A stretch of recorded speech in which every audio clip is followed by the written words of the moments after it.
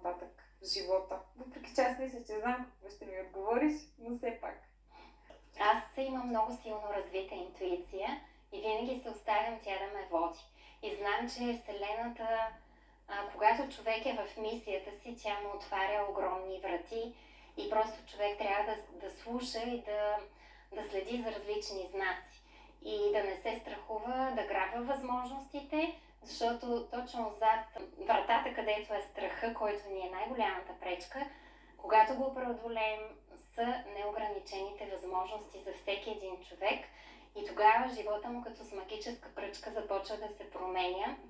И аз го забелязах, откакто тръгнах по този път, тази мисия, да бъда като един пътеводител, светлината в дори най-тъмната нощ за много изгубени души, които не могат да намерят пътя. И аз съм там и искам да кажа на всеки един, че път винаги има.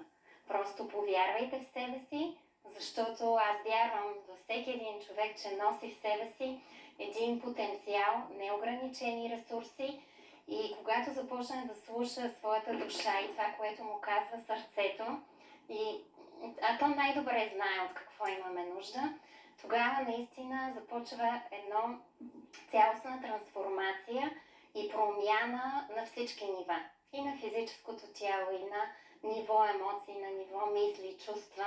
И тогава започваме и да привличаме всички онези възможности, ресурси, точните хора, които да ни доведат до успеха и до сбъдването на нашите мечти, каквато мечта беше и моята, да бъда днес, тук и сега и благодарение на теб аз успях да я сбъдна, за което изключително ти благодаря.